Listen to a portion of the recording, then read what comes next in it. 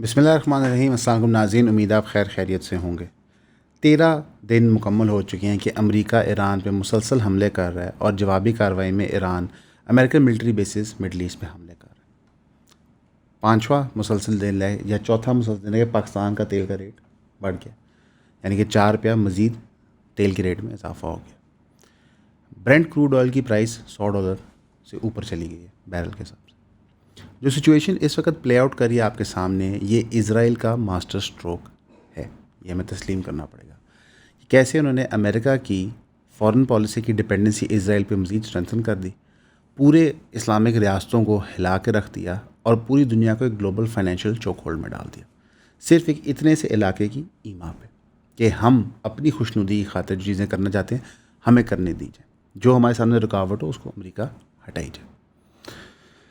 आज भी क्या कहते हैं, जो ईरान और अमेरिका की पोस्चरिंग है उससे लग रहा है कि जंग जो है वो भी रुकने वाली नहीं है। डोनाल्ड ट्रंप एक मैसिव अनप्रेसिडेंटेड अटैक जो हमने अभी तक नहीं देखा बकौल डोनाल्ड ट्रंप के, वो प्लान कर रहा है। हालांकि ईरान के फॉरेन मिनिस्टर ने कहा कि जो माइंडलेस अग्रेशन है इसका कोई मकसद और हासिल हसूल नहीं होगा।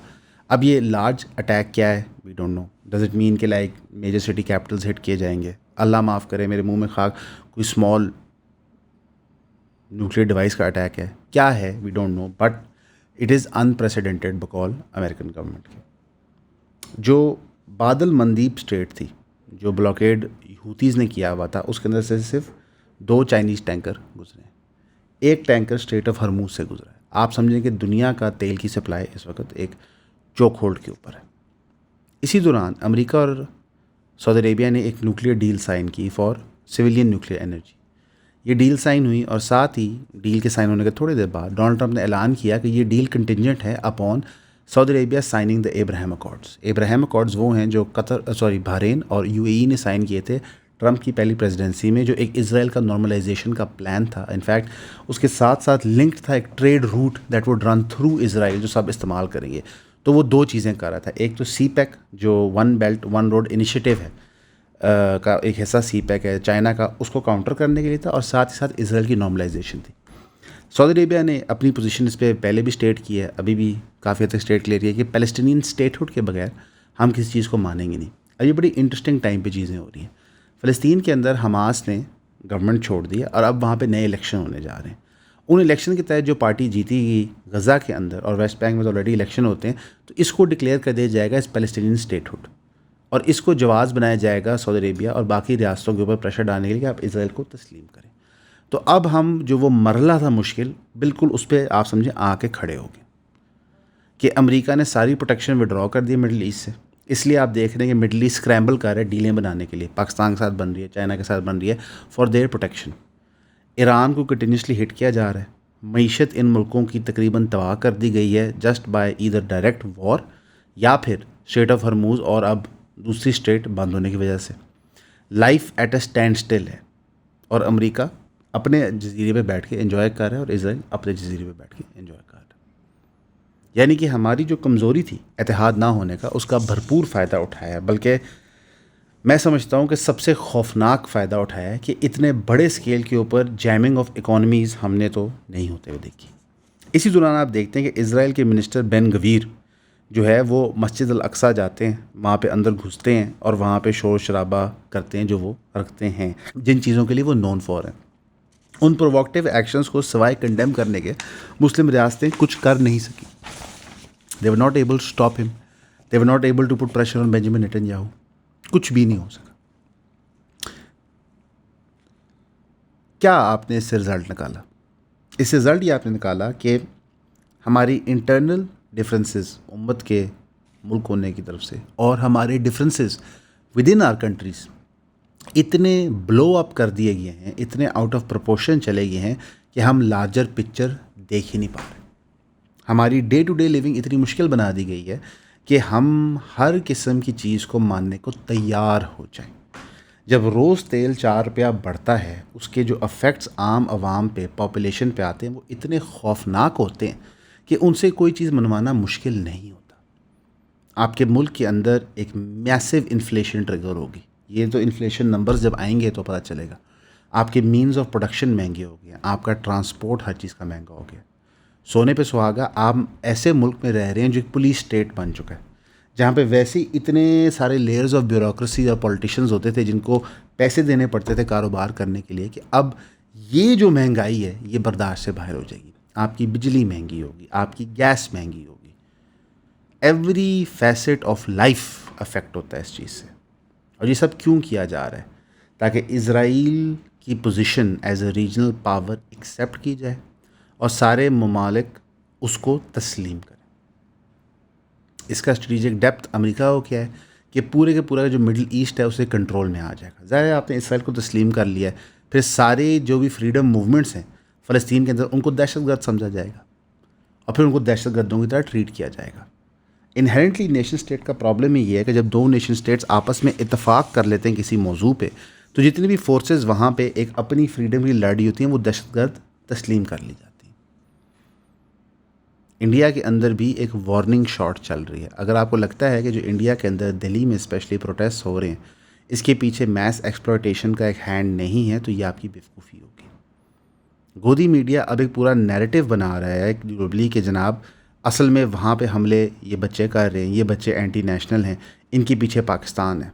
लेकिन एक्चुअली पाकिस्तान नहीं है, एक लार्जर ग्लोबल एजेंडा है कि मिडिल ईस्ट और साउथ ईस्ट एशिया को डिस्टेबलाइज़ किया जाए ताकि एक रिंग ऑफ फायर चाइना के आगे पीछे बनाया जा सके। लड़ाई उन्हीं दो मुल्कों की है, अमेरिका और चाइना की, लेकिन अभी सटल तरीके से, अभी एलाइज़ के थ्रू है।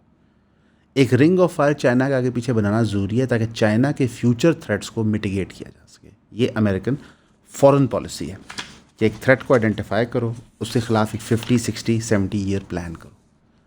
अब दुनिया के स्टेज पे ये हो रहा है, बड़े अहम फैसले हो रहे हैं, तो हमारे लीडरान क्या कर रहे हैं? इस वक्त पीपल्स पार्टी और PMLN एक वॉर ऑफ वर्ड्स में कि किसकी गवर्नेंस बेहतर है। मरियम साहिबा के बड़े करीबी समझी जाने वाली पंजाब इंफॉर्मेशन मिनिस्टर अज़मा बुखारी साहिबा कहती हैं कि PPP डाइजेस्ट नहीं कर पा रही पंजाब की तरक्की। वैसे तो पंजाब की आवाम भी डाइजेस्ट नहीं कर पा रही। जितना आपने पिछले फ्लड को देखते हुए इंतज़ामात किए थे वो तो बेमायनी है, पानी उसी तरह खड़ा हो रहा है। 80 से ज़ायद लोग फौत हो चुके हैं between KPK and Punjab monsoon की बारिशों की वजह से, और अभी तो ये स्पेल चलना है, अभी रिवर्स भरने हैं, उनके कॉन्सिक्वेंसेस नंबर्स और डेटास सामने आने हैं। शजील मेमन का था कि जो लोग ने एलेज किया PMLN के बारे में कि जो लोग ताकत के अंदर फेक मैंडेट के थ्रू आए हैं उनकी कोई मॉरल अथॉरिटी नहीं कि वो डेमोक्रेसी पे लेक्चर दें। फॉर्म 47 की पैदावार हमें बताएंगे कि जमहूरियत क्या होती है। अच्छा, ये बड़ा इंटरेस्टिंग है डायकॉटमी। PPP हमेशा कहता है कि हम एक जमहूरी जमात है, जमहूरी जमात है, जमहूरी जमात है। PMLN कहता है कि हम डेवलपमेंट करते हैं। दोनों जमहूरी नहीं है, दोनों की पार्टीज़ के अंदर डेमोक्रेसी नहीं है, दोनों के इलेक्शन प्रोसेसेस के अंदर डेमोक्रेसी नहीं है, और जो 2024 के बेनिफिशरीज़ हैं दोनों वो आपके सामने हैं, PPP और PMLN।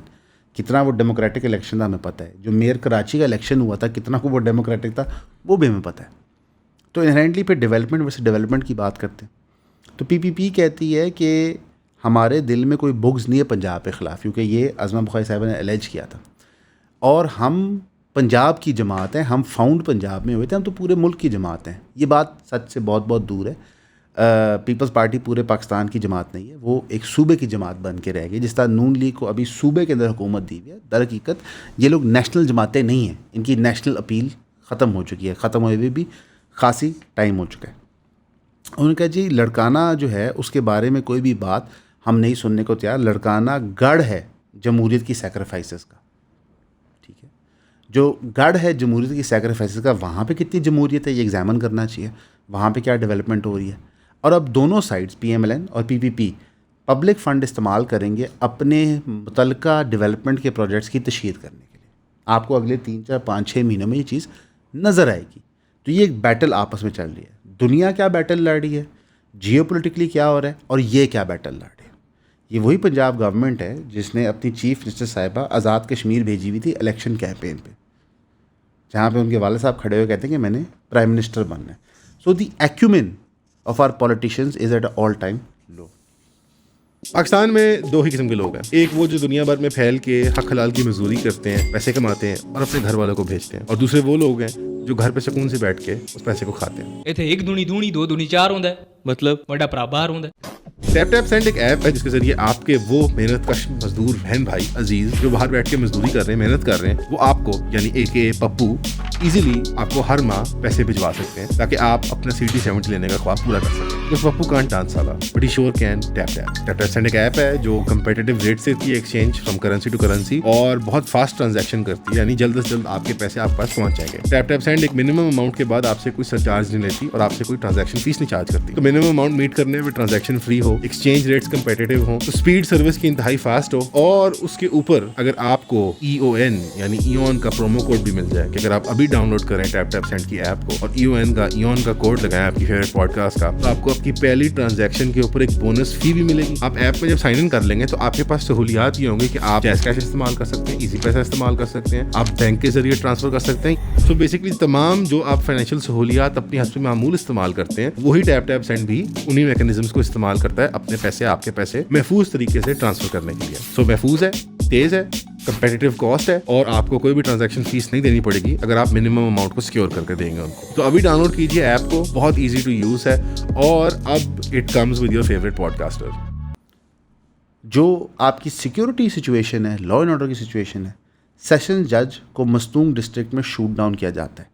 उनके साथ एक बंदा है, वो क्रिटिकली इंजर भी होता है, साथ उनके बंदा जा रहा होता है। CM बुगटी ने कहा कि ये अटैक है ऑन द स्टेट। वो एरिया सील ऑफ किया गया। बलूचिस्तान बार काउंसिल ने 2 दिन का स्ट्राइक अनाउंस कर दिया। सेशन जज अब्दुल हकीम काकड़ जो थे, क्या कहते हैं, वो एक बहादुर जज समझे जाते थे। हामिद मीर साहब ने उनके बारे में ट्वीट किया कि जिन्होंने those who murdered the brave जज who granted bail to doctor Marang Baloch and Gulzadi Baloch in 3 cases while acquitting Bebarg Baloch from the case itself at the bail stage in one FIR are in fact the enemies of justice in Balochistan। यानी कि ये जज दबंग समझे जाते थे। इनको anti क्या कहते हैं नेशनल नैरेटिव या एंटी आप कह लें इस्टेब्लिशमेंट समझा जाता था। तो इनको कत्ल करने में हाथ उन्होंने कहा है कि इनडायरेक्टली इन्वॉल्व इन्हीं इदारों का। अब हामिद मीर साहब एक बहुत सीनियर सहाफ़ी हैं। उन्होंने पाकिस्तान की जो हम हिस्ट्री पढ़ते हैं वो फर्स्ट हैंड देखी हुई है कि वहाँ पे क्या प्रोसीजर्स बने थे।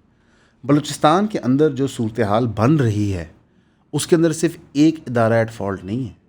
ये सारे सियासतदान, ये सारे ब्यूरोक्रेट, ये सारे वहाँ के कारोबारी स्मगलर जो इन्जॉय करते रहे, दे आर एट फॉल्ट। हमारे यहाँ एक डिश बनाई जाती है तो तसव्वुर होता है कि उसमें एक इंग्रेडिएंट है, नहीं। हम आपको हमेशा कहते हैं कि जो एलीट कैप्चर है इसके अंदर बहुत सारे लोग शामिल हैं, तो सबको अकाउंटेबल होल्ड करना चाहिए। हम तो ये कहते हैं, इनफैक्ट होगा कुछ भी नहीं इन जज साहब का, कोई यहाँ पे अकाउंटेबिलिटी का मैकेनिज़्म तो हमारे पास है नहीं। हमारा अकाउंटेबिलिटी का मैकेनिज़्म CCD की हद तक है। हम समझते हैं कि CCD and all be all है हर चीज़ की। जब पता चलता है कि CCD जो है वो एक्स्ट्रा जुडिशल बंदे मारिए, तब जाके थोड़ी होश ठिकाने आती है। ये तो एक एस्पेक्ट था ना। डिस्कोस जिनको हम प्राइवेटाइज़ करना चाहते हैं, उनके बारे में ऑडिट रिपोर्ट ने फ्लैग किया कि 47 अरब रुपीज़ उन्होंने ओवर बिलिंग में लिया 2,78,000 से ज़ायद लोगों से। लाहौर इलेक्ट्रिक सप्लाई कंपनी ने 45 बिलियन और Peshawar electric supply company PESCO ने 1.56 बिलियन लिया। मेथड ऑफ ओवर बिलिंग क्या था? Lower level disco employees involve in meter reading व रिस्पॉन्सिबल, यानी कि छोटे मुलाजमीन मीटर रीड गलत पढ़े थे, एक्सेसिव डिस्कशनरी पावर इस्तेमाल कर रहे थे, पेइंग कंज्यूमर्स व deliberately over bill to conceal electricity theft and line losses, कि जो नुकसान होता था, यानी कि आपने फ़र्जी मीटर लगाए हुए, चोरी के मीटर लगाए हुए, वो लॉस पूरा करने के लिए लोगों से बिल ज़्यादा लिया जाता था। अब 904 मिलियन बिजली के यूनिट सिर्फ एक महीने में ओवर बिल हुए। ये स्केल है प्रॉब्लम का, और यही डिस्कोज आप प्राइवेटाइज़ करना चाह रहे हैं। और जो कराची इलेक्ट्रिक सप्लाई कंपनी की दास्तान है जो प्राइवेटाइज़ हुआ है, वो आप कराची के लोगों से पूछें कि के इलेक्ट्रिक कितना कोई अच्छा है। के इलेक्ट्रिक तो इस वक्त कलेक्टिव पनिशमेंट में बिलीव करता है कि अगर आपके इलाके में 30% बिजली की चोरी है, 40% बिजली की चोरी है, तो पूरे इलाके की वो बिजली बंद कर देते। तो मैं जब आपको कहता हूँ ना कि एक इंग्रेडिएंट नहीं है, कई इंग्रेडिएंट्स हैं, कई करेक्टिव मेजर्स होने। ये कोई ऐसे नहीं है कि अगर हम एक ओहदे पे बंदे को चेंज कर दें, जिसका हमें ये तासुर था कि प्राइम मिनिस्टर ठीक हो तो सब ठीक हो जाता है, चीफ मिनिस्टर ठीक हो सब ठीक हो जाता है, तो ऐसे नहीं है। ये पूरा एक सिस्टम है जो ओवरऑल होने की ज़रूरत है। इंजन है ना, पुराना हो गया, जंग लग गया है, पिस्टन काम नहीं करता, इंजन ओवरऑल होता है। तो वो ओवरऑलिंग की बात कोई नहीं करना चाहता, क्योंकि जो बेनिफिशरीज हैं ओवरऑलिंग के वो लाखों की तादाद में। तो we are in a very very dire strait. मसलन मैं आपको डराना नहीं चाह रहा, बट मैं आपको वार्न कर रहा हूँ कि ज़िंदगी के फाइनेंशियल डिसीजंस जो आप आगे लेंगे बड़े केयरफुली लें, इन्वेस्टमेंट्स बड़े केयरफुली करें, बिकॉज हमारे यहाँ problem identification is a problem, फिर प्रॉब्लम आइडेंटिफाई करके उसका सोल्यूशन देना उससे बड़ा प्रॉब्लम हो जाता है। अब इसमें तो कोई शक नहीं है कि हमारे एजुकेशन निज़ाम को मेजर ओवरऑलिंग की ज़रूरत है, मेजर प्रॉब्लम्स हैं। उसका एक सोल्यूशन जो प्रपोज़ किया गया है वो पंजाब एजुकेशन मिनिस्टर राना सिकंदर हयात साहब की तरफ से है कि वो पर्सनली क्लासें पढ़ाना शुरू कर देंगे। वो पढ़ाएंगे इंग्लिश और केमिस्ट्री और कुछ और सब्जेक्ट जब वो स्कूल्स को विज़िट करेंगे, कि इंग्लिश और केमिस्ट्री उनके बड़े फेवरेट सब्जेक्ट होते थे। According to Rana Sikandar Hayat, he will teach English at primary schools and chemistry at high schools while also conducting lessons in other subjects during school visits.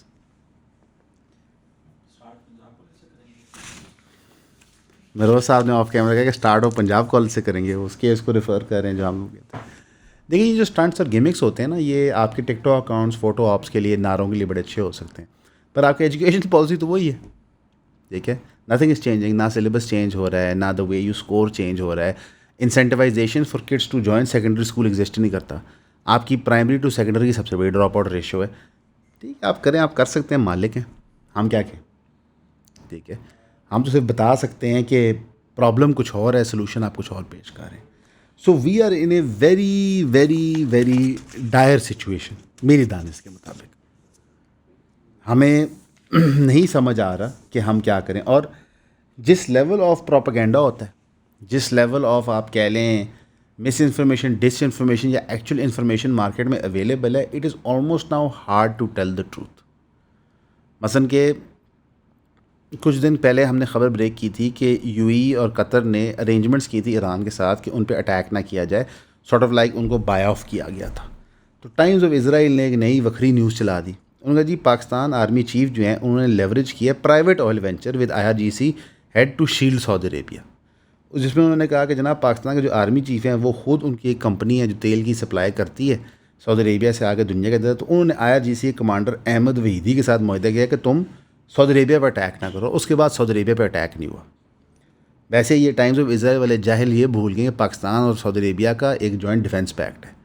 जब पहले भी अटैक हुआ था तो डर यही था खुदा ना खासा दोबारा अटैक हो तो Pakistan will be force to intercept. So I don't think कि चीफ ऑफ आर्मी स्टाफ के कोई ज़ाती तेल के इंटरेस्ट में ईरान ने सऊदी अरेबिया की अमेरिकन बेसिस पे हमला करना बंद कर दी। इट इज़ द रियलिटी कि आपका जॉइंट डिफेंस पैक्ट हुआ है, इसलिए तो कुवैत मारा जा रहा है जॉइंट डिफेंस पैक्ट करने के लिए, क्योंकि अमेरिका तो बहुत दूर है दिफा करने के लिए, पाकिस्तान साथ बैठा है दिफा करने के लिए। तो ये इन्फॉर्मेशन भी मार्केट में दी जा रही होती है। बहुत केयरफुली आपको इन्फॉर्मेशन सिफ्ट करनी पड़ती है, बहुत केयरफुली आपको इन्फॉर्मेशन को फरोलना पड़ता है। लेकिन अनफॉर्चुनेटली हमारे यहाँ इन्फॉर्मेशन की बेसिस के ऊपर कुछ से कुछ कर दिया जाता है। इमरान रियाज खान साहब आज तक कहते हैं कि आपने हमें फाइलें दिखाई थी कि जनाब नवाज शरीफ कितना करप्ट है, कितना बुरा है। That is the problem. कोई भी बंदा इन्फॉर्मेशन आपको आकर देता है तो you have to verify it. Verifiable हो आप 100% चलाएं। और ये एक मेजर इशू बन गया एंड इट इज़ समथिंग जिसने दुनिया की सारी इंटेलिजेंस एजेंसीज़ को अनलिमिटेड एक्सेस दे रही है टू ग्लोबल पॉपुलेशंस। मिसाल के तौर पे अगर रॉ ने बैठ के यहाँ प्रोपेगेंडा करने तो उनके पास सोशल मीडिया के थ्रू सारा एक्सेस है। हमारी एजुकेशन ट्रेनिंग नहीं है how to deal with this. रियासत जब ये एजुकेशन ट्रेनिंग करना चाहती है तो वो इतने अजीब से तरीके से करती है कि हम उसको रिजेक्ट कर देते हैं। मतलब रियासत जब मिस इन्फॉर्मेशन समझाती है तो मिस इन्फॉर्मेशन की डेफिनेशन दे देते हैं कि जो हम कहते हैं वो सही है, जो बाकी सब कहते हैं वो गलत है, हालांकि ये मिस इन्फॉर्मेशन नहीं होती। तो इतने क्रिटिकल इशू को हमने खुद एक लतीफ़ा बना दिया होता है। So we are fighting a war on all fronts, internally and externally. हमें इमीडिएटली वॉर फुटिंग्स के ऊपर एतिहाद कायम करना होगा, नहीं तो life as you know it will transform completely.